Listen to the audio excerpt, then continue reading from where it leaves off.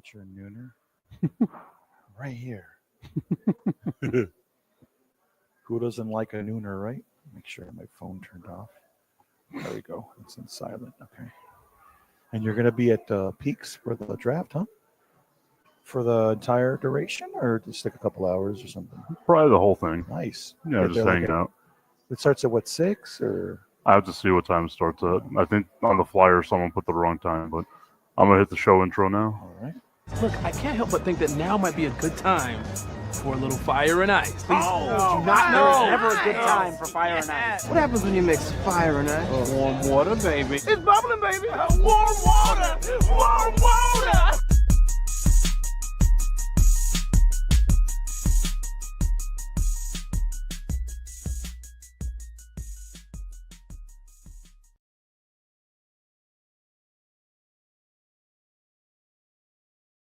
I don't know why it didn't have me there. It's time for a little fire and ice. Mike Tipton, Brandon the Iceman Cone. We're hanging out with you over here at, I was going to say a different restaurant That's name okay. because now that restaurant's in my head. But we are over at Buffalo Wild Wings, 655 Sunland Park Drive on the west side of El Paso. Mike Tipton, Brandon the Iceman Cone. We're hanging out here, having ourselves a good old time, buddy.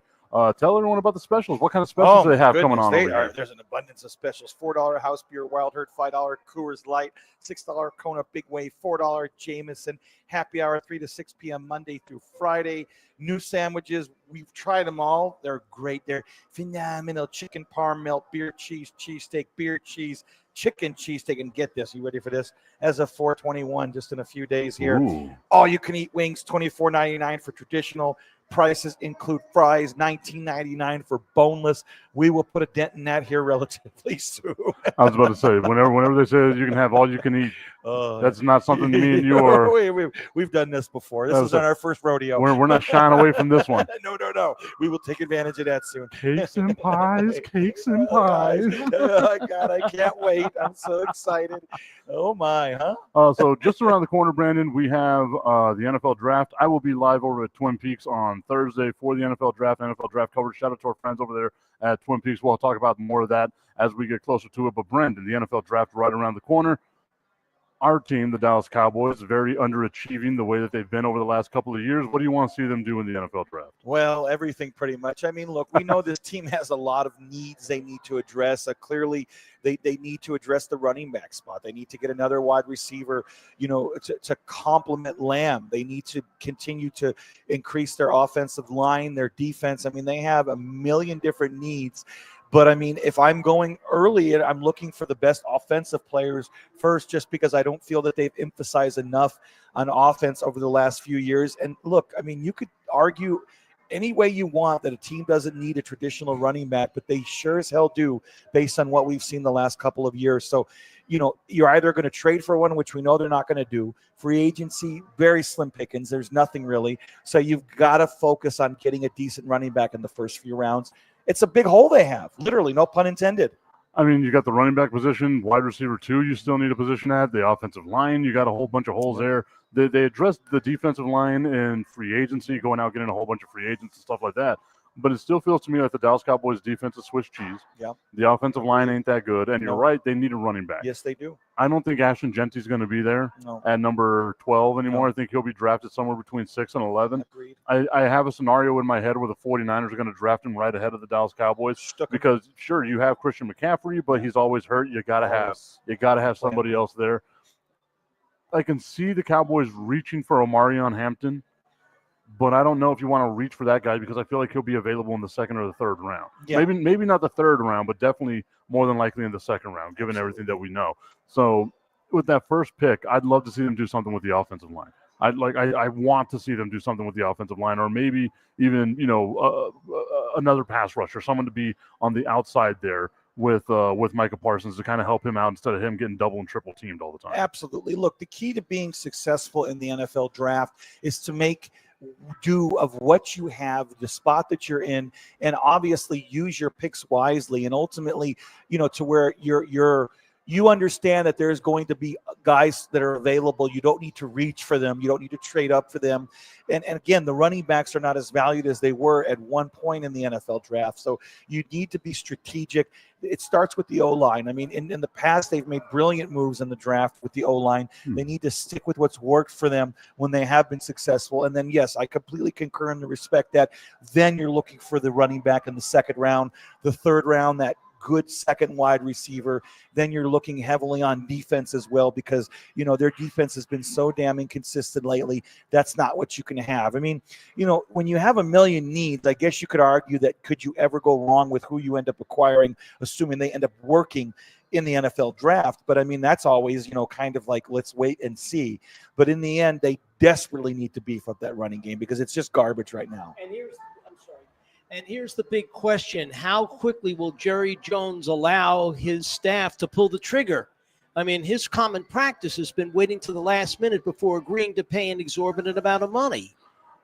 Yeah, well. I mean, I get the pushback against that, right? Like, the longer you wait, the more you got to pay. But what happens every year after year after year, right? Like, if the Dallas Cowboys had waited to pay CeeDee Lamb, what astronomical amount of money would they be having to pay him this year, right? Yeah. So it's unfortunate for the Dallas Cowboys that anytime they're in the news with these deals, it's what sets the market now, right? I would have loved to have seen them sign Micah Parsons before Max Crosby, before Myles Garrett, and then he sets the market, then they push it up higher and do all that. But it's a two-way street, right? I can talk to you all day about I want to pay you this, I want to pay you this. If you don't think that's your value, you're not going to take what I'm willing to pay you, and you're going to say no. I'm going to hold out a little bit. I want to see what other people are getting paid, and now you have a baseline of where it is that you get paid at, right? So it's the agents, it's the players, it's Jerry Jones, all of it not coming together to get the deals and all that stuff signed, because whenever it's the Dallas Cowboys, you can milk that cow. Oh, yeah, that's the understatement right there. You milking that cow and milking that cow. Yeah, I mean, unfortunately, we know how poorly run of an organization this team has become. It's become the laughing stock, one of the laughing stocks in the NFL. And look, in the past, I mean, when they were winning Super Bowls, I mean, things were run a lot differently. But that's so long ago that, I mean, it's a distant memory. And you just always have to question what they're doing and what they're not doing. It's not even what they're doing. But that's the thing, right? Like, and that's where I know I always sound like I'm the Jerry Jones apologist. Like I must be on his payroll or something, right? But as an owner, he's done a fantastic job. He's marketed the team. He's done everything that he needs to do for the team to be in the spotlight that it needs to be in order to be successful, quote unquote, all that good stuff, right? It's the other stuff, the on-the-field product that everyone wants to talk about. They've had great drafts. I mean, last year going into the season, you would have said, yeah, this is a team that can contend for a Super Bowl. Right. They just had a whole bunch of injuries. That's not something that Jerry Jones is necessarily in charge of, right? Yeah. And whenever you look at the Dallas Cowboys roster, the way it's been set up over the last decade, has there been a single year where you've been so pessimistic about what they're putting on the field that you don't think they're going to be competitive? And the answer to that is simply no, right? Yeah. They've done well in the draft. They've done okay in free agency. They don't go out and spend a ton of money in free agency because they don't have a ton of money, because they're trying to keep the talent that they have on the team. So for me, it's like, okay, I get where people are coming from, that, you got to do more, Jerry, you got to do more. But for the last decade, we can say this team, talent-wise, has been in the conversation. It's just for whatever reason, the ball doesn't bounce their way. I'm not one of these people that believes in curses and stuff like that, the curse of the Bambino, all that good stuff. There must be some. Jerry Jones must have sold his soul for those first 3 Super Bowls, and now we're getting the payback of it all. I guess. And I tell people this all the time. If you had the opportunity for your franchise to win 3 out of 4 Super Bowls and then spend 30 years doing absolutely nothing, would you take it? Yeah, why not? There you go. It's hard to argue with the fact that, we know how challenging it is to win a Super Bowl. We know how challenging it is to be good for a long period of time. But I mean, again, the expectations have always been extremely high with this organization. And with that said, there's no way you could have ever argued that they would be have the longest drought in the NFC of teams to make it to the conference championship game, which is that's absurd, and to me, that's such a just cherry picking stat. Okay, because you can say, yes, they have the longest drought of any team in the NFC to not make it to the NFC championship game. You know what they don't have? There are 18 teams out there in the NFL that have a longer drought of winning a Super Bowl than the Dallas Cowboys.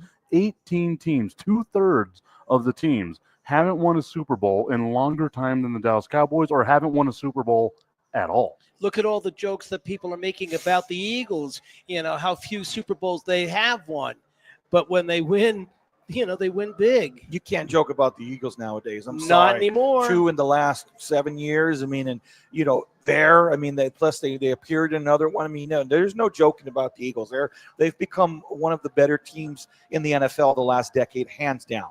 And that's the thing, right? Like, it's all going to be an ebb and flow. Comes and goes, does all this other stuff like that. The Eagles, and this was always my thing, right? You had to wait 52 years to get your first Super Bowl victory. 52 years, 5 decades to get your first Super Bowl victory. You're one of the oldest franchises in sports, but you know what? You're more relevant at this moment because you're the defending champion. You won 2 in the last 7 years. I don't know if that's necessarily a dynasty. I think it's too long. No, it's to call pretty it good, a dynasty, though. It's not bad. But it's good to see, right? Like, because now they've done it in multiple different ways.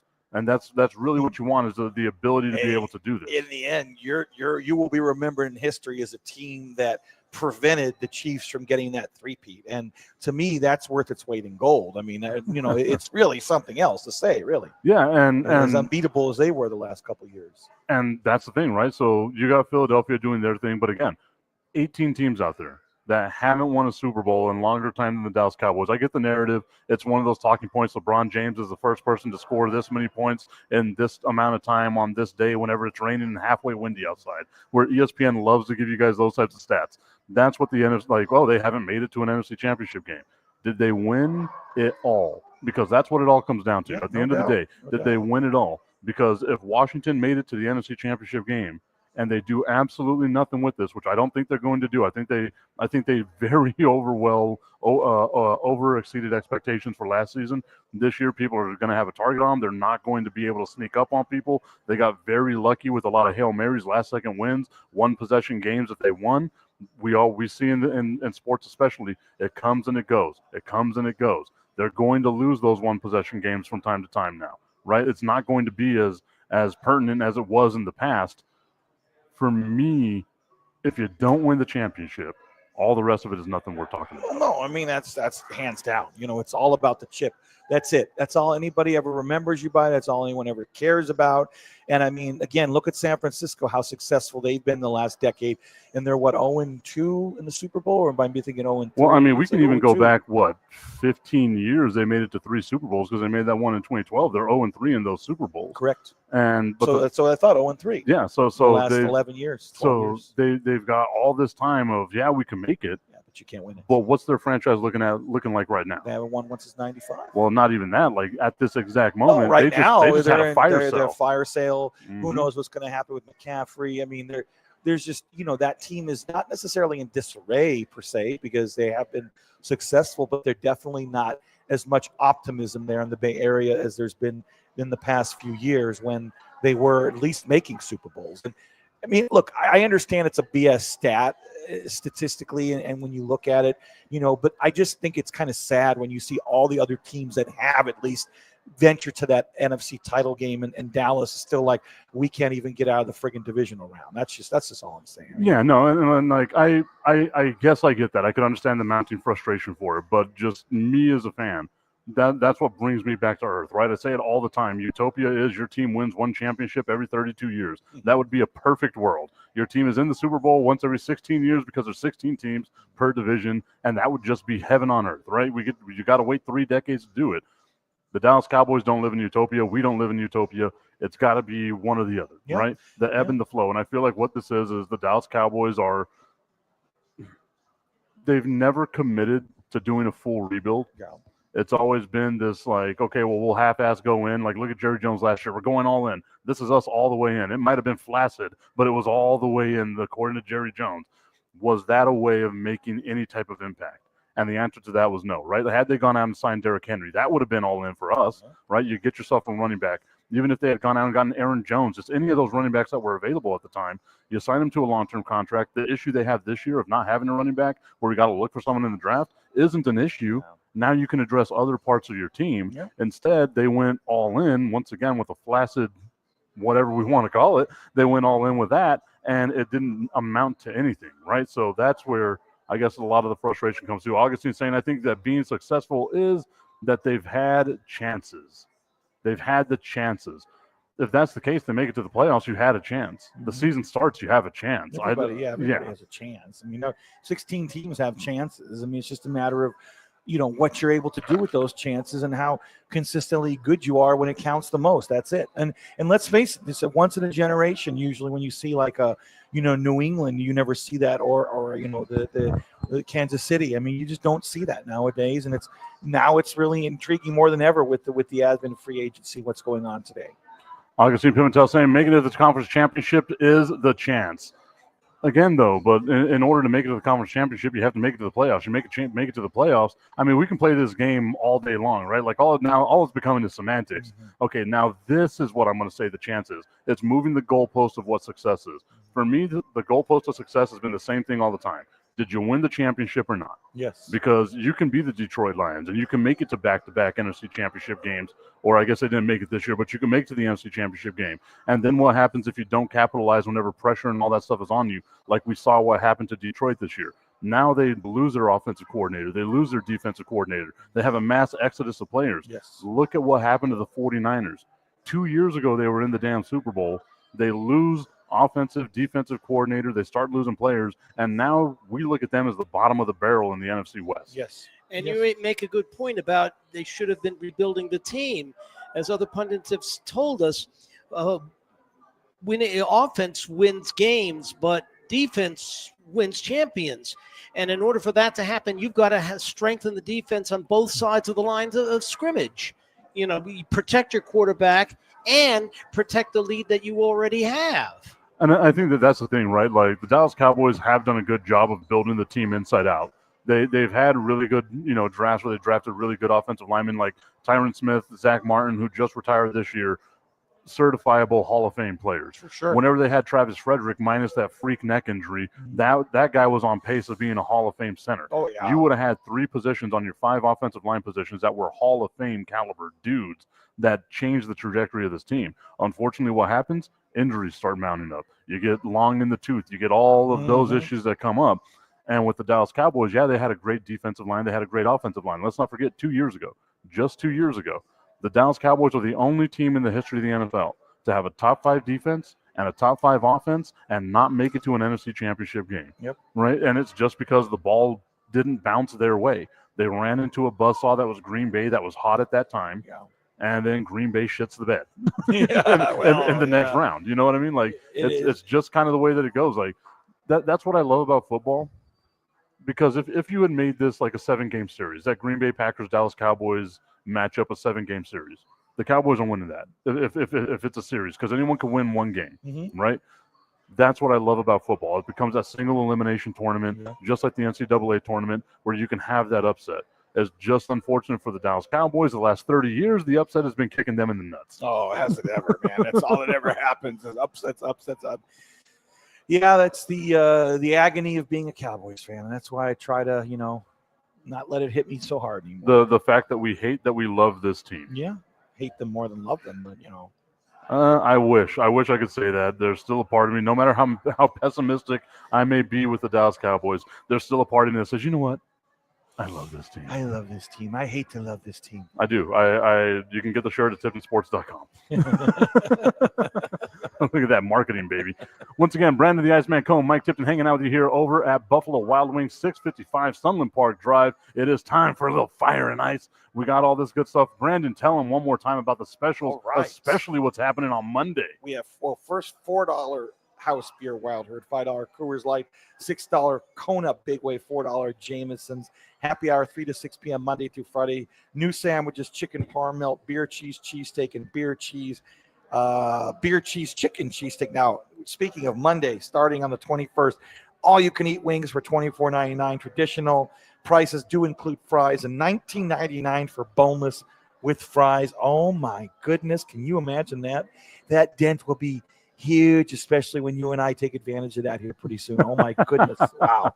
Especially whenever we get a hold of some of the food. That's all that matters. Oh man. We will run right through everything that they have to eat over here. Now, we spoke a little bit about the NFL draft, what's going on there. Of course, I will have my draft coverage happening at Twin Peaks coming up this Thursday. I'll also have my first mock draft. Brandon, I spent hours, and I'm not joking whenever I say this, creating graphics and all kinds of things like this. For my mock draft, it's the first time I'm going as balls deep into the mock draft as I'm doing now with this stuff. So I'm excited to finally get that put out there into the public sphere as well. But the NBA playoffs, they're right underway. Yesterday we had our last playing games in Miami Heat become the first number 10 seed to make it as an 8 seed. If you don't understand the NBA playoff bracket, I don't blame you. It's extremely confusing from time to time. But the Miami Heat now are in the playoffs. The Dallas Mavericks had an opportunity. Anthony Davis gets 40 points, gets hurt in the game because he's Anthony Davis, and he was born hurt. Whenever he was born, they slapped him on the butt, put him on the injured list. And that's exactly the way that it happened. I am not exaggerating at all. The doctor told me. Look, if you don't believe that. You're going to be like Mr. Glass. You're the basketball player of Mr. Glass. But the Mavericks don't make it. They get knocked out now, and now we have the playoffs set. Are there any other matchups in the NBA playoffs that you're looking forward to, Brandon? Well, I look forward to all the matchups in the NBA playoffs. I mean, ultimately, I want to see what LA is going to do. I'm not going to lie. I like what LA brings to the table, and I'm excited to see what they can do. I don't know how deep of a run they're going to make, but certainly, look, if you're looking at right now, it's halftime between the Bucks and the Pacers. The Pacers are up 67-43. I think the Clippers and the Nuggets, that's going to be intriguing simply because the Nuggets, they kind of have a chip on their shoulder. I mean, you fire your head coach right before the postseason begins. So to me, the Nuggets have a lot of potential. I'm looking forward to seeing that one. But again, for me, more than anything else, I can't wait to see what the Lakers and Timberwolves. We know how good the Timberwolves were last year. Can the Lakers actually get that first-round victory and make some noise in the West? I mean, with Luka, to me, anything's possible because of the fact that he is going to be – I think he's going to be absolutely clutch in the NBA playoffs. I think it's going to be a good chance that they can advance in this series. I also feel that look, the Cavaliers are great in the East. The Cavs are good. Boston, I'm curious to see what Boston does. I'm curious to see if Boston can be that team to repeat. I mean, when's the last time? How long has it been since we've had a repeat champion? Ooh, was it? That would have to be the Miami Heat. So going all the way back to 2013. So it was the Heat, right? Mm-hmm. Okay, because it's or been a I minute. guess maybe the Warriors. Did the Warriors? No, it was back? The Warriors in 16, 17 maybe. I thought it was 17, 18, but either way, it's the Warriors. Yeah. So I mean, look. I feel that's going to be a good matchup. I mean, the Magic and the Celtics, but you clearly have to like the Celtics, the Heat and Cavs, obviously the Cavs. How about the Warriors and Rockets? That's an interesting matchup. That's an intriguing one. You're licking your lips. You like that? Yeah. So the Rockets are the number 2 seed here, and this is how close the Western Conference is outside of the 1 to the 2, right? Because Oklahoma City Thunder, a 16-game lead on that number 2 spot there. Doesn't matter. I'm trying to have him put the NBA playoff game on. I didn't realize it was on right now. Yeah, it's on right now. We have, let me see. You said it was halftime. Yeah, it's halftime. Look at that. Yeah. But, okay, so even though Houston is the number 2 seed, there are 4 games of separation. 4 games, Brandon, that separate the 2 from the 7 seed, right? Just 4 wins. That's all it is. And whenever it comes down to that close, you have to look at the fact that the Houston Rockets are one of the youngest teams in the NBA right now. They are very well overachieving. Right, they are a lot ahead of schedule where they need to be. The last thing you want to be when you're that young team that's ahead of schedule is facing off against a championship caliber, defensive tested team in the Golden State Warriors. They have Jimmy Butler there now, who helps slow down the game, gets to the free throw line. Steph Curry benefits from that because now if you just hit Steph, you don't have to worry about whether or not you're in the penalty. You're going to be in the penalty with Jimmy Butler because he gets to the free throw line. I believe it's 18 free throws a game that he's been averaging the last 4 games. Yes. That's putting in some work to be able to get to the free throw line. You slow down the game. You have a guy that can do that. You still have the most dangerous shooter in the history of the game. I don't know if you saw any of the games recently, but Steph Curry is one of these guys that these young kids got to witness it, right? Like they got to witness it. And you can tell that there's something about it whenever Steph Curry starts making some shots. We saw it in the Olympics. We've seen it in the NBA Finals. We've seen it recently whenever they beat Memphis. When Steph Curry starts making shots, you think to yourself, this game's over. Yeah. No matter where the Warriors are, the best shooters this game's in over. history. When he gets hot, it's game time. Mm-hmm. And that's going to happen to the Houston Rockets. They're going to have a game in this series where Steph Curry shows out that he's Steph Curry. And what's that going to do to this young team that got to witness that guy playing basketball as kids, that guy inspiring them to play basketball? Now you got Steph Curry. You're going up against it. How do you how do you have the mental fortitude to keep going up against it whenever you know when he gets hot, it's done? Well, usually, and that's the thing, whenever you're dealing with a pure shooter like Steph Curry, a generational shooter in the respect that, some people would say he's the greatest shooter in NBA history. I mean, to me, he's definitely one of them. Some people would say, but he is definitely one of the greatest shooters in NBA history. And I mean, he's one of those guys that, when you do get that on switch, it's very, very hard to stop him, just like with Jordan, where when Jordan was on, there was no way to stop him. You couldn't even contain him. You could only wish to. But, yes, that is a very challenging first-round matchup, the 2-7. But I think I still like Houston. I like what Houston's done this year. I know they're a young team. Very impressive that they were able to secure that number 2 seat in an overly packed West, okay? Oh, yeah. I mean, really, really impressive Western Conference. But, I mean, for me, again, I'm just saying, so I am most intrigued with L.A., I am most intrigued to see what they're going to do against a really good Timberwolves team. I think they're going to win that series. I don't think they will. Like there's a part of me that I firmly believe that the Lakers are not going to win the championship this year. I don't think think they're going to win the championship per se, but I think but I also don't think that they're going to make it out of the first round. So you don't even think they'll get out of the first round? No, I legitimately don't think that. Going back to Houston, though, like they are such an impressive team. Like you said, super young. Jalen Green, Sengun, and them boys, like they're putting in some work going over there. They have 7 players on the team that are averaging double-digit points. Only one of them averaging more than 20. This is a completely balanced team, and they're doing a phenomenal job. Dylan Brooks, you got Steven Adams. So you do have some guys that have been there that know what it's like to play in the playoffs, right? So you have some leadership there. The team on the other side is the effing Golden State Warriors. Yeah. We're talking about 3 years removed from a championship. Let's not forget this. Golden State's Golden State. And, any way you look at it, they're going to be a tough out. They're going to be challenging. It's one of those teams where you don't care, how low their seeding is. It's Golden State. They're coached by Kerr.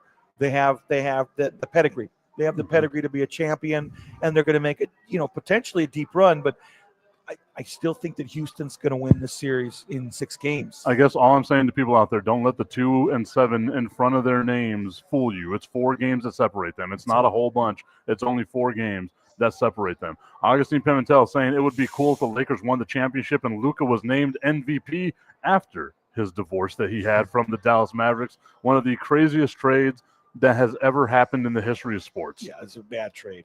I mean, I still to this day don't understand how you let a guy go like that, who's as good as he is. And for what you got out of it. What you got, Jack Squad. And I mean, you got Anthony Davis. He got hurt again yesterday. But yeah, it's Anthony Davis versus Luka. Come on. I mean, you're going to take Luka any day of the week. And I don't care if, you want to argue about his the shape he's in. He's a big fellow, whatever, this, that, and the other. But the gist of it is that you learn to work out your differences with a guy like Doncic. And to me, you would have eventually won a championship with him. That's just the way I see it. A glass of whole milk that plays basketball, Luka Doncic. Or heavy whipping cream. I like heavy whipping cream better. He's pretty good, man. He is. I'll take that heavy whipping cream any day of the week. No, I know you take a heavy whipping. I like heavy whipping cream. It's phenomenal. Okay, so the NBA playoffs right around the corner. As a matter of fact, happening right now. I don't see it on any of the TVs yet. We do have over here at Buffalo Wild Wings, we got the Detroit Tigers taking on the Kansas City Royals. 3-0 to the lead in that game right now. I want to say we're bottom 5? Is that what it said? Yes. Top 6. Wow. This game must be flying. There's no way. It's a beautiful ballpark, by the way. If you ever get a chance to go, I went to a game about 5-6 years ago. Beautiful place. Comerica? Yes, very nice. When I was in my dad's hometown and we got tickets. It was a night game, sat in the bleachers, but man, it's a nice ballpark. I remember whenever it was first built and it was like a pitcher's heaven because the outfield walls were so far back and so tall. Right. It was so hard to hit bombs out of there. They brought them in, 10 to 15 feet? I think so. Yeah. And the dimensions are crazy. Oh, yeah. Of that ballpark. So, and it's got a hell of a view of downtown Detroit. But yeah, no, it's a cool ballpark. I like it a lot. Looking forward to that. So any takes that you have so far on the MLB season? Because right now we have the Padres are absolutely hotter than Hades right now. They have a better record than the Dodgers. Yes. The Yankees are doing their thing.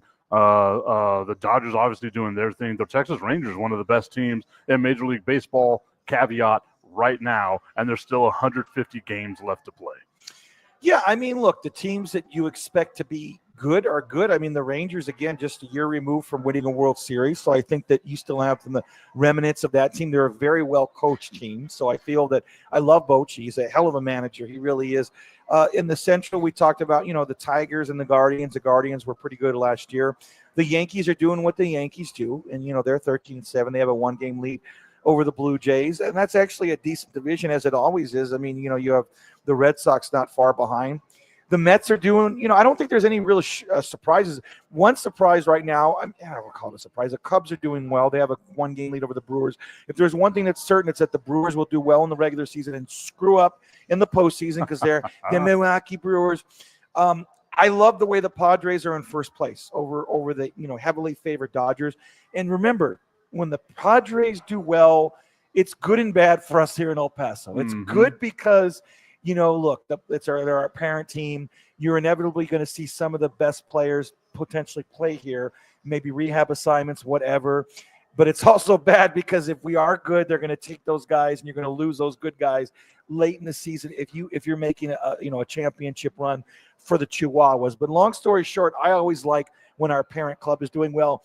I would love to see them make a run, man. I mean, they've been obviously disappointing in the postseason, but I mean, look, other than the fact that the Padres are doing so well, I don't think there's any other big surprises thus far as we're, about a month, into the season at this point, give or take. Yeah, and I think that's the thing, right? Is like it's still so early for me. Like I love that baseball's back. Don't get me wrong. Like 3 weeks, yeah, about 3 weeks, right? It's still early, dude. 20 games. There's another 100 games, 130 games. Yeah, there's a lot of freaking games. Right? 142 games left in the season. Yeah, and it's too early for me to get either too high or too low. Yeah, I love the people that whenever they get super high on like their team, like, oh man, look at our record right now. Like a Yankees fan being like, we're 13-7 right now. It doesn't. To quote my late great stepfather Nick, I remember when the White Sox were great one year and they didn't win the World Series, but it was like the 90s, and I said, I'm so excited they have like a 5-game lead and they're going to win the World Series this year. And he told me, as I was a kid, it blew my world, but I understand it now. He said that could be a race in a weekend. Oh yeah, it's like, oh yeah, now I get it. Now I get it. Watching baseball is like 3-4 game lead, 5-game lead. It could be a race in about 3 or 4 days if you shit the bed. And now I get it. So all it takes is a sweep. It's all it takes, man. It's like wow, it could be a race fast, huh? That's why you're like one game. I'm like, man, that's not comfortable at all. That's huge. Oh yeah, you're 4 games over 500. Wow, good for you. Good for you. If you don't believe how winning 20 games, ask the Mariners that one year when they won all those games and they got beat by the Yankees. It doesn't mean anything. Heartbreak City. Yeah, remember that? They won like 120 games. And that's the thing, right? Is that you? How many times have we seen a team finish the season with the best record and not win the championship? Right? Like that's what it comes down to. I feel like once again this season it's going to be the Dodgers championship to win. They're good. I was talking about this the other day, how weird it is for me as a Yankees fan to be like, I can't believe that team's spending that kind of money, because I think that was the area that I comprised from the early 2000s all the way up until this new recent regime of the Dodgers just saying, screw it, we'll have a $700 million payroll. How old were you when the Yankees won their last World Series? That was in 2009, so I was 25 years old. You're still, joy and cherish it. I mean, for me, I'm a White Sox fan, so our championships are every 80 years. 05. Our championships are every 80-something years. At least you got to see one. Hey, man, if I never see one again, I'm okay with it. Honest to God, I really am. I mean, I'm not a Cubs fan. I'm a White Sox fan. That meant everything to me, seeing that championship. That's how I talk about, like, me as a sports fan in general, right? Like, you see your team win 1. I've witnessed the Dallas Cowboys win 3. I've witnessed the Yankees win 5. Yeah. I've witnessed the Spurs win 5. Yeah. I've witnessed my Vegas Golden Knights, and I've been a fan since day one. I've witnessed them win 1 as well. I've witnessed the Chihuahuas win a championship. I was producing the damn game that they won that championship for. That was great. I am a very blessed fan. I can go the rest of my life without seeing my teams win a championship. But you know what else I am? Fucking selfish, and I want my team to win a championship. No, that's true. And with the Chihuahuas, we have been spoiled in like 12 years. They've won a championship. They've won divisions. They've lost another championship. They've had a lot of success. Yeah. They've had a lot of success here. Hosting the AAA All-Star Game and Home Run Derby here, that was a fun time. I came to those games as well. Like sure. the Chihuahuas have spoiled us. And if you look at that, like the auxiliary sports around the University of Texas El Paso, because we can talk about the struggle bus that's been. right? Like Oh, man. it's not That's anything that we want to write home about. No, but we're going to talk about it because we need to, because it's a big local story. I know what you're getting to. But if you look at that, whenever you surround UTEP, whenever we had the soccer team here, the Patriots, they were a winning soccer team. Whenever we had the rugby teams here, they were a winning soccer team. The Rhinos to the Buzzards, those were winning hockey teams. The Chihuahuas, the Diablos, winning teams. So we've had some winners here in El Paso. It's just the University of Texas at El Paso that doesn't win. Ooh. And now they're in the news. Yeah, big news. Not good news, but For news. what reason, Brandon? Well, they've decided to cut their tennis program. And it's an odd move. I mean, I understand that like anything else, they're probably, they're obviously doing it for financial reasons, but I feel that it's getting a lot of backlash. And, because now you have no tennis, you have no baseball. And it's like, a university of that size to not have a tennis program is ridiculous. And a lot of people are saying, well, bring back baseball, or well, cut the football program. Well, schmucks, let's call a spade here. I'm sorry, but even though our football program is garbage, and it's been garbage forever and a day, and they're moving to the Mountain West and yada, yada, yada, and the Mountain West isn't going to be what it used to be, and it's better than being at CUSA. You don't cut the football program because that is your cash cow, that and basketball. And the problem is, though, right now is that football is bad, men's and women's basketball are bad. You're getting rid of tennis. So, it's just another black eye for the university. I'm sorry. I don't like it, but I'm not running the organization. I'm not running the institution. So what do I know? But I just don't like it as a fan. And that's the thing that I think is frustrating, right? Is like, obviously you have to worry about scholarships. So if you're going to get rid of tennis, you're getting rid of both men's and women's. Men's has been gone forever. Yeah. It's women's. You're doing all of these things to try to get more scholarships. I'm assuming you're going to, well, no, if you're losing the women's scholarships, you're going to lose scholarships in football as well. Yeah, I would think. I mean, this all goes back to what I said years ago, Brandon, of what this team needed to do, of what UTEP needed to do so damn long ago, right? And that was go independent. Be in charge of your schedule. Just get a whole ton of money games. You're never going to win a national championship, UTEP. No. I'm sorry to be the one to break this obviously to you. not. You will never win a national championship. You're saying there's a chance. Though. No, there's not. A snowball's chance in hell. Yeah. That's what they have of wouldn't winning a last very long. championship. Yeah. Right? Go independent. Be in charge of your schedule. Schedule a whole ton of money games. Your first 6 games are money games. Those of you that are out there saying that UTEP needs to get rid of football or go down to D2 or whatever, that's the dumbest thing out there, because ever.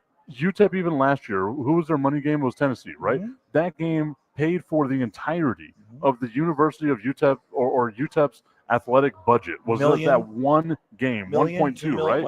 1.2 for just that one singular game. That's why you pay every year to get your ass kicked. Exactly. That's why you do it. And that's what I'm saying. So they shouldn't have gone to the Mountain West.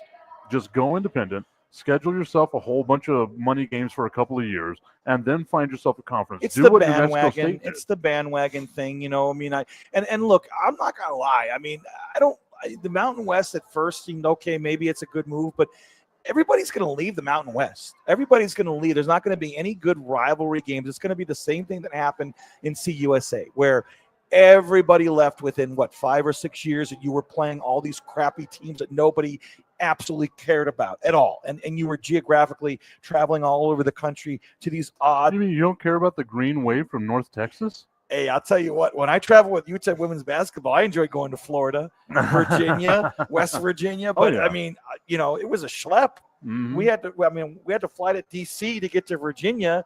And it's like, geez, man, where the hell are we flying to here? I mean, it was kind of cool. FAU being in Miami, though. I loved it. That was my favorite road trip, the Florida road trip.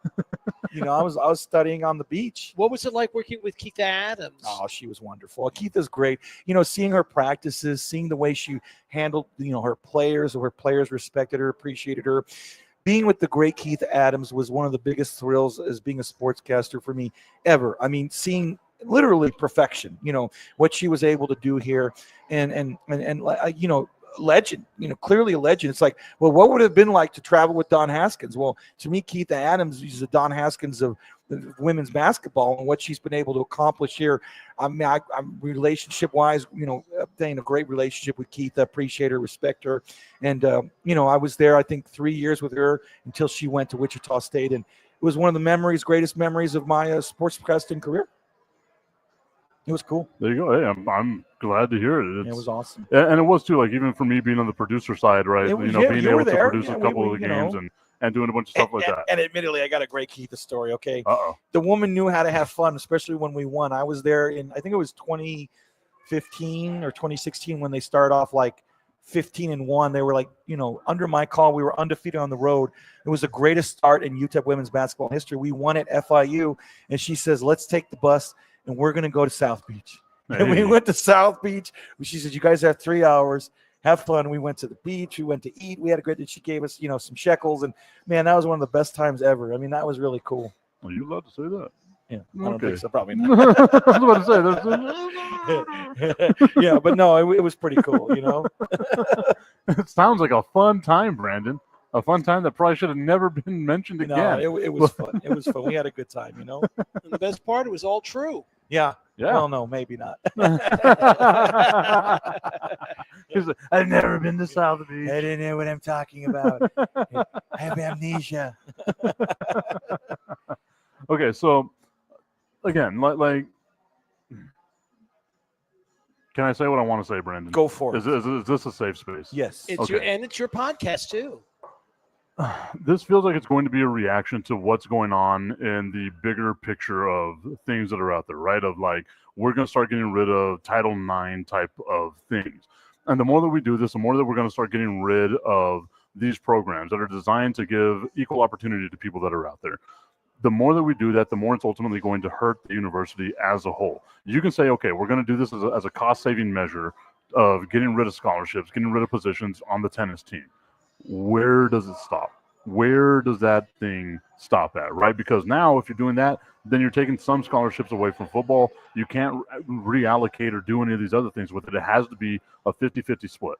If this is going to be the catalyst of we can get rid of this program but still keep the same amount of scholarships for football, that is going to become a huge issue in the future, right? Because that's what Title IX was for, was to try to give people an equal opportunity at getting an education of any diversity, any, gender, whatever it is. And I know that most people don't want to hear these types of things, but the second we start taking these away, it becomes a major issue and it can become a snowball effect. Mm-hmm. The last thing that I want to see at the University of Texas El Paso is them get rid of the tennis program and then start cutting away at some of the other programs that are out there. Because what's next on the chopping block in my mind is going to be that softball team. Yeah. It's going to be that soccer team. Why? Because it's easier to get rid of the sports that don't generate revenue. Right. And nothing generates revenue like football does. Nothing does like football. Despite the fact that your football team, arguably, the home games when there's friends and families there, how much revenue are they getting? But every year, next year they're playing at Texas. That's $1 million game. Right. Yeah, I mean, that's you're playing a team that was in the playoff that could have won the national championship, that could win it next year. Every year you have got to schedule those money games. You're not going to schedule money matches in other sports. I mean, you'll have money games in basketball, but again, basketball, you're not going to get $1 million for playing a road game. It's all about the Benjamins, and that's all about football. So football is the cash cow. Football will always be the cash cow. And what's the old expression from that movie? I don't know if it was The Program, but when's the last time 100,000 people got together to watch a science experiment? Yeah. For them to say that, it's all about academics. Well, we could say that, okay? We could say that, but we know what it's really all about. Yeah, and that's Am I allowed to say that? Yeah. No, like, I mean, we know what it's all about. Again, how many times have you heard me say it, right? Like, I don't know. I hope I'm not breaking this news to anybody out there.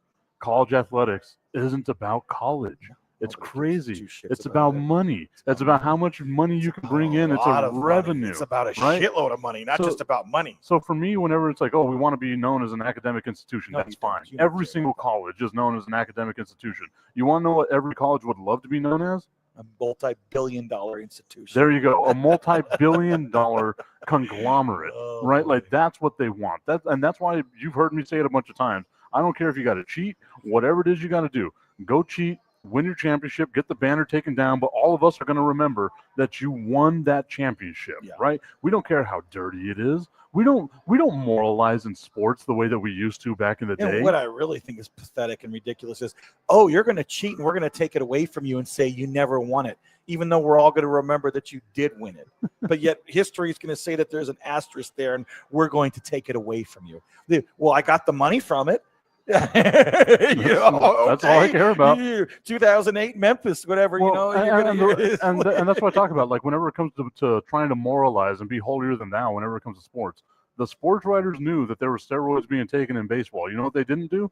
Write about it. Yeah. They waited until they had an opportunity to be like, "Oh, I'll keep you out of the Hall of Fame now because you're a steroids guy." I was in the locker room. Shame on you. I was in the locker room and I got to see that you had a bottle of steroids, but I didn't say anything at the No, time. why would I? Oh, I mean, 98 happened, right? Yeah. That brought the sport back. Yeah. Nobody gave a shit then. It's crazy. Nobody cared then. All we cared about was the summer of 98. Tommy Cananza saying like Mike has ever cared about what he said. Not really. I'm trying That's to. why I'm I trying love to. you. Yeah, and then he says, "Wow, all the nerds out there are crying, guys. Thanks a lot." I mean, oh boy, what are we gonna do? Well, and that's the thing, right? Is like you're right. That research, all that stuff, development, that's paramount to moving forward as a society. Yeah. But you know what funds that? Your athletics program. Athletics programs, even dismal athletic programs, even UTEPs, even as bad as they can be, even UTEP footballs. I mean, you get those money games because all the crappy teams play the money games. All the crappy teams are the doormat of non-conference sports. All of them. And you see that's where to me. So they're needed. They're absolutely needed, though. You know what I mean? And UTEP serves a point. And that's where to me, like I feel like they're not doing a proper investment whenever it comes to the money that UTEP is making from these money games, right? Because sure, you can schedule Tennessee, but then you're also scheduling, what was it, Southern Utah State University or whatever the hell it was that came in here and beat us. Yeah. Like let's not forget, you paid that school to come in here. They're winning a money us. game. They're winning a money game, right? Like if I'm UTEP, get out of the Mountain West, get out of all of the conferences that are out there, go independent, get that ass stomped. But you know what you're doing? You're getting a paycheck. Why is it NMSU knows how to do this better than we do? What seriously? What is the big? I think because NMSU is playing better football than UTEP. Well, that goes without saying. That goes without saying because they're in a different state. Well, this even though they're 35 minutes away. This is what I was going to say about like New Mexico State and like their success that they've had, right? If not for an abhorrent issue that they had with the basketball team, that's an NCAA caliber tournament or NCAA tournament caliber team that would have been in the NCAA tournament time and time again, right? With that football program, they make it to a bowl game. They somehow win the bowl game because once again, toss of a coin, anything can happen. Sun shines on the dog's ass every now and then. They did what they needed to do. Yep. They got relevant. And they made themselves relevant. They took advantage of the fact that they got lucky by going to the NCAA tournament. They had an upset in the NCAA tournament. They go to a bowl game. They win the bowl game. They get to schedule Auburn. They beat Auburn in a bowl game as well, right? So, like, they have these opportunities, and they take advantage of them. UTEP hasn't done that yet. And the fact of the matter is unless you win that money and you get the purse that comes from winning that money, where you can start marketing yourself, you get on TV more, and you start doing all of this, then you can start doing it. But whenever New Mexico State won that first bowl game, they were independent. Yeah. And they've had better coaches, too. Look at Coach Kill. Yeah. He left. He's at a huge prison with Vanderbilt, I think, right now. And, of course, on the basketball side, Jans was here forever, every year making a tournament. Now he's with Mississippi State, right? Yeah. It's in Mississippi State, and he made the NCAA tournament. I can't remember if they won a first-round game, but that was loud. He sees the food. It's like, see ya. I was like, could you have made that more loud? It's a microphone. God, dude. Don't slam the damn microphone. My ears. He's like, wait, I gotta put the order in. He's like, I love it. I spent so much money on this equipment. It's like, it's okay. Let me put it up so it doesn't happen again. Well, no, I turned the thing. Like, just tell me I'm gonna take this. Like, wave at me. I turn it down, and we go on our way. Jesus, I have never seen somebody move quick. Faster in my life. Quick. It's like me when a buffet comes. When they roll the food, I was like, boom. I'm like, let me put in my order. Tommy Cananza saying UTEP should start scheduling games against junior colleges, and let's be honest, even that is a risk. And yeah, we saw it right in El Paso. God, I got to remember what the game was. I want to say it was like the 1935 or 1937 Sun Bowl, or it might have been like one of the World War II ones, where the University of Texas at El Paso plays a football game against El Paso High and lost. I'm not joking about this. They lost that game. It's part of I told you how I was doing like a history of UTEP football and all that. They lost this game, along with having a coach who left in 1914 to go chase Pancho Villa. UTEP has the history of losing a fact. game to a high school football team. Fun fact, huh? Yeah, and I'm all about this, man. Like, so whenever Tommy's like, yeah, you know what, it's a real possibility UTEP can lose to a junior college. UTEP can lose to a junior high school. As far as Yeah. that might have been a bit much. Not surprised. That felt mean. But no, it's true though. I mean, you could be as mean as you want. You're speaking the truth. I'm gonna have to go back and look it up. I want to research it. I know it's there. I just got to go through the annals of history and find it. And I will. Here's the irony: they probably would play a junior high school team because that would be the money bowl for the junior high. But at least high school. At least you're paying into a little bit of like the future, right? Like you're giving a little bit there.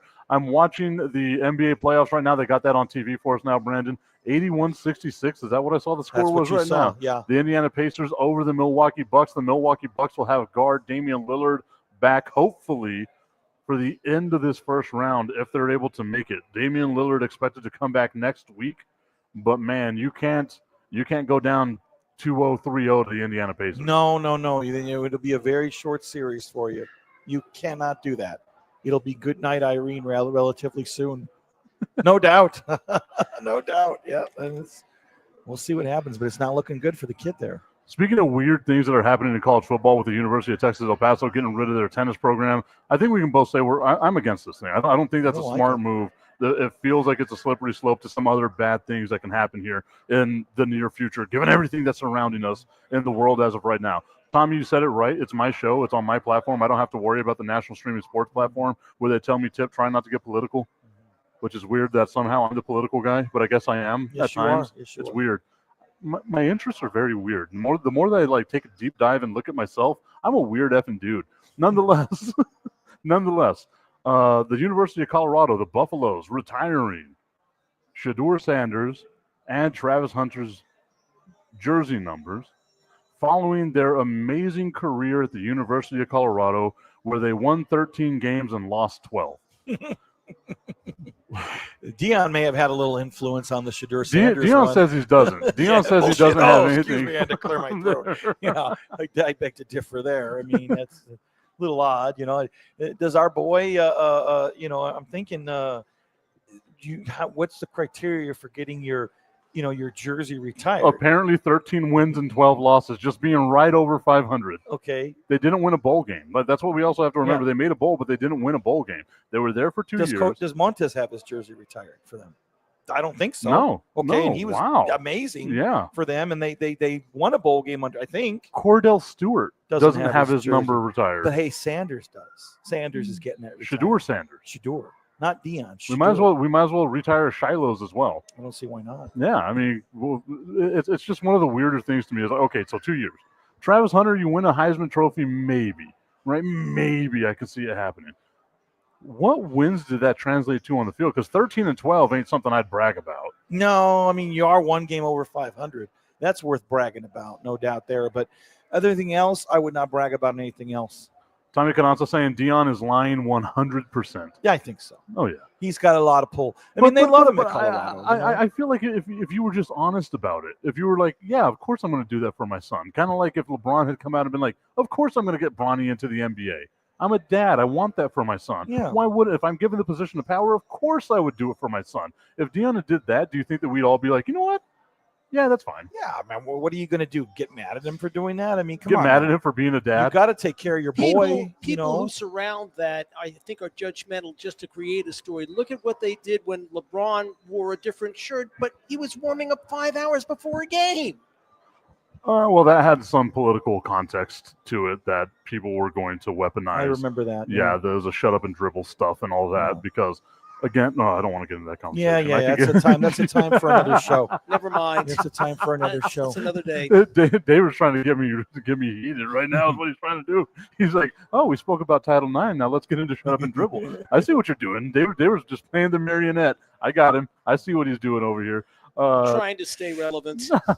Tommy Carranza saying Dion is overrated as a coach, and that's what the next question was going to come down to. This upcoming season. You no longer have Shedeur Sanders. You no longer have Travis Hunter. You've alienated a ton of players in the portal. We saw the mass exodus of offensive and defensive linemen from the University of Colorado in Dion's second season there. This is going to be season number 3. And it feels like Deion's going to have to do a hell of a coaching job, because at Jackson State, he still had Travis Hunter and Shedeur Sanders. And Travis Hunter, you got to give him his flowers, right? That is a transcendent type player. If the Cowboys had a chance to draft him, you'd want to draft him, right? Yeah. You have Travis Hunter, you have Shedeur Sanders, no more. Is this the year that we get to see whether or not Deion is a good coach or a bad coach? Well, I mean, clearly it's going to be a big test. I think that he's going to have to do a great job of recruiting. I mean, he's going to have to reload in that respect. And I mean, I truly do believe he's a good coach. I feel that, again, it's you're playing in much better competition and whatnot. I mean, it's rather than being at Jackson State. But I mean, it's going to be an uphill battle because, you lose your quarterback, you lose some of the best players you've had there and guys who have come with you. And I mean, it's going to be interesting. But yeah, I mean, a lot is going to be right on this particular season coming up for Deion. And I think that's going to be the big question about it, right? Is like, okay, now that you don't have those guys, you don't have that security blanket. It's kind of like whenever you have a player that's really good on one team, leaves that team, and then he has become the superstar. Are you able to rise up when it matters the most? Deion's issue is going to be being able to recruit, because he's got on tape recently that everyone that's in there is replaceable except for Shedeur and except for Travis Hunter. If you're a young recruit and your coach is known for that, are you going for that coach? Especially because the guys that he had, once again, a Heisman Trophy winning player and his own son, yes, they're getting their jerseys retired, but they won 13 games and they lost 12. Yeah. And of course, we remember how well he started the year before. Yeah. When he 5-0 or something, and then they just completely screwed up down the road. So, I mean, again, it's a tough sale. It's a tough sale because there's a lot of good teams and a lot of good teams in their conference. So, I mean, and of course, alienating players has never been a good thing for people. That's for sure. Wait, not with the transfer portal. No, especially not with the transfer portal. Not with the transfer portal. No. And even in the NBA, apparently you can't get mad at your players for not playing on defense. You get fired with 5 games left in the season. Yeah, winning a championship 2 years ago. Yeah, that's wild. Good luck with that. Once again, Mike Tipton, Brandon the Iceman Cohn. We are live over here at Buffalo Wild Wings, 655 Sunland Park Drive. Brandon, let everyone know about the specials before we leave. $4 house beer Wild Herd, $5 Coors Light, $6 Kona Big Way, $4 Jameson. Happy hour 3 to 6 p.m. Monday through Friday. New sandwiches, chicken parm, milk, beer, cheese, cheesesteak, beer, cheese, chicken cheesesteak, and starting the 21st, all you can eat boneless, traditional wings and bone-in. Boneless $24.99, bone-in $24.99, boneless $19.99. Each come with fries. And don't forget about the brand new burgers. I'm trying one today. Oh, good. Oh, what's the burger you're going to be trying, Dave? The mushroom burger. Ooh, the mushroom burger. That sounds good. As well, to flip this over, there's some more in the back. Oh, my God. Okay, so starts with every 10 wings, and every refill is 6 wings. Runs through 6/26. Okay, so that wing special is going to run all the way through June 26th. Oh my God, that was loud again. Now let me ask you a question: how excited does this man get? It's like he gets excited, too fast. God Almighty, here we go again. I love it. I love when you get mad. All right, everybody. So join me on Thursday at Twin Peaks at the Fountains at Farrah, because I will be having myself an NFL draft watch party there as well. I'm inviting a bunch of people out. We've already got some people that are going to show out and show up with me. I've gotten my friends like Jason Fitz, Jonathan Hood, and a couple of other people to send videos to give me their ideas of who they think their teams are going to draft. So it's going to be fun to see what they have their ideas of as well. Join me once again over at Twin Peaks at the Fountains at Farrah in the central part of El Paso. For Brandon the Iceman Cohn, I'm Mike Tipton. Together we are Fire and Ice, and we will see you all next week. I'm going to go murder somebody. Yeah. Don't ever show food in front of him in front of the show.